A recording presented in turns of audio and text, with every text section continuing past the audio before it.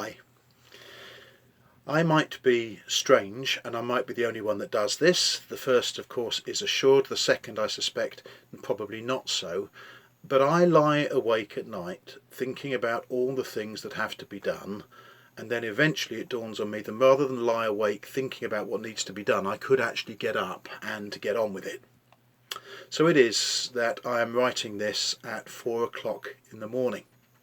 I've saved recording it until later in the day to save you the shock of my lurid green dressing gown and some rather bloodshot eyes, but it is 4 o'clock in the morning as I write this, and you are getting it just as I wrote it earlier on. In the end, indeed, I got up early to write about getting up early to work. As I say, strange. But there is a lot of strange around in the new normal these days.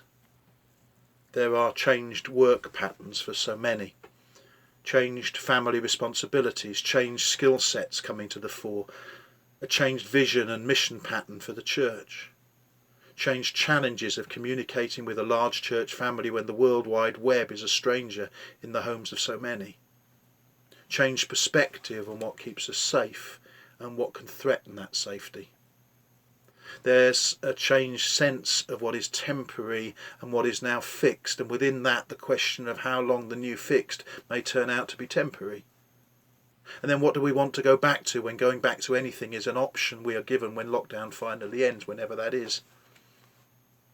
And all this changedness is unfolding against a background of sickness and sadness and struggle across the world, which cannot be separated from our own experiences and our own concerns.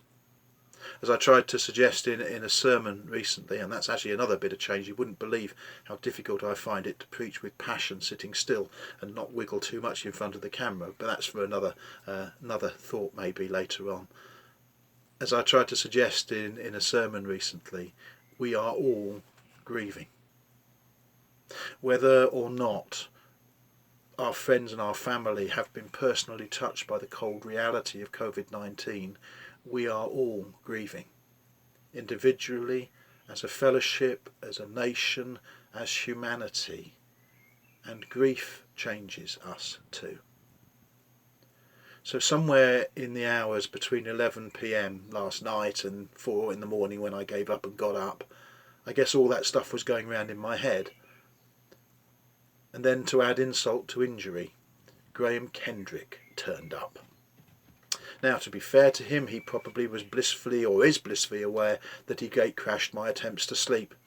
And part of the issue was for me is that I didn't actually recognise it was Graham Kendrick either. But you see, that was the point. That was the final straw. I now had to identify the source of the phrase that was going round in my mind, and I was simply unable to make any headway at all with it whilst in bed. So in the end, as I wasn't sleeping anyway, I thought I would get up and set the prophet Google to work to offer me some kind of guidance and resolution.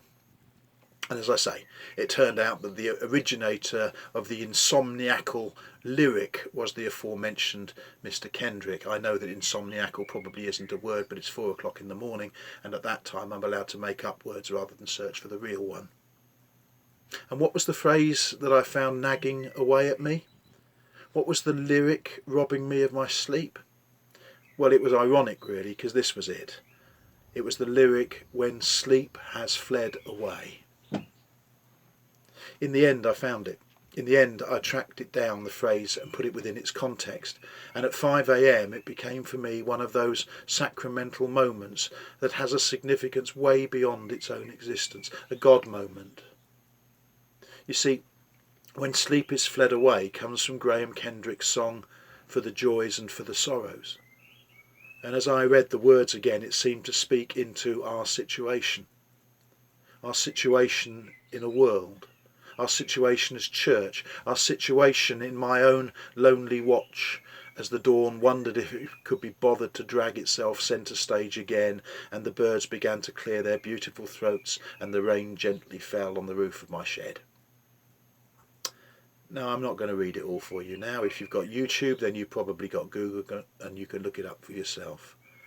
But it is worth a prayerful read in the context in which we find ourselves. Just for now, the last verse, because I guess that's where I found myself. for the weakness of my body, the burdens of each day, for the nights of doubt and worry when sleep has fled away, needing reassurance and the will to start again, a steely-eyed endurance, the strength to fight and win. And then the key. For this I have Jesus. For this I have Jesus. For this I have Jesus. I have Jesus. For all the change, for all the strange, for this we have Jesus. Does Jesus take the strange away? No, he doesn't. Does Jesus take the strain out of the change? You know, I don't think he does. But he does share it with us, and he does guide us within it. And just once or twice in the last couple of months I've sensed Jesus standing beside me, and I've seen him wink at me as if to say, it's okay, we've got this. Now why am I telling you this? Because even as I write it and now record it, I know my honesty makes me vulnerable. But that was the deal, wasn't it? Honesty. I promised you that I would be honest with you.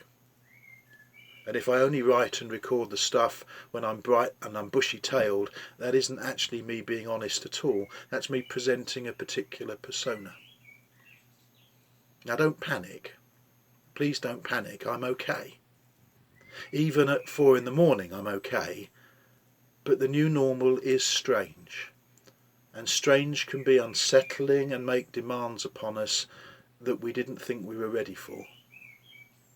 And some of you understand exactly what I'm saying because you're having that experience too. Just maybe there are some other 4 a.m. people out there who need to be assured that they're not on their own. Or maybe for you, your 4 a.m. experience works its way out differently, but you still understand what I'm talking about. Maybe in the end I'm telling you this so that if you need to know it, you can know that it's okay to be unsettled by the new strange.